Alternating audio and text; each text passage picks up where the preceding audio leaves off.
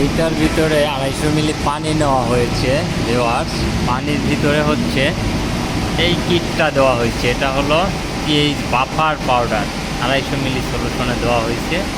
PH 6.86 মিটারের reading অনুযায়ী 85°C তাপমাত্রা। এটার সেটিং ক্যালিব্রেশন চলতেছে আর কি। পিএইচ মিটারের কীভাবে ক্যালিব্রেশন করে সেটা দেখানো হচ্ছে।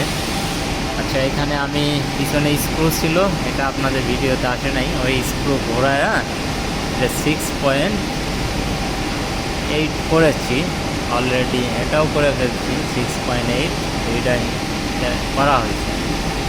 পিএইচ 4-এ দেখবো যে কত হয়। পিএইচ 4-এও যদি করে আমার রিডিং আনতে হবে কত, 25°C পিএইচ 4-এ 4 আসবে। এটা যদি আসে তাহলে আমার ওকে আছে, ক্যালিব্রেশন কমপ্লিট। এইটাই হলো পিএইচ মিটারের ক্যালিব্রেশন।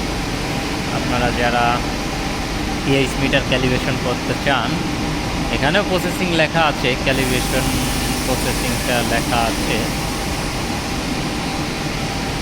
এটা দেখুন, ওই পিছনে স্ক্রু আছে, অ্যাডজাস্টিংয়ের একটা স্ক্রু আছে, ওই দেখা যাচ্ছে স্ক্রুটা, ওই স্ক্রু দিয়ে অ্যাডজাস্টিং করতে হয়।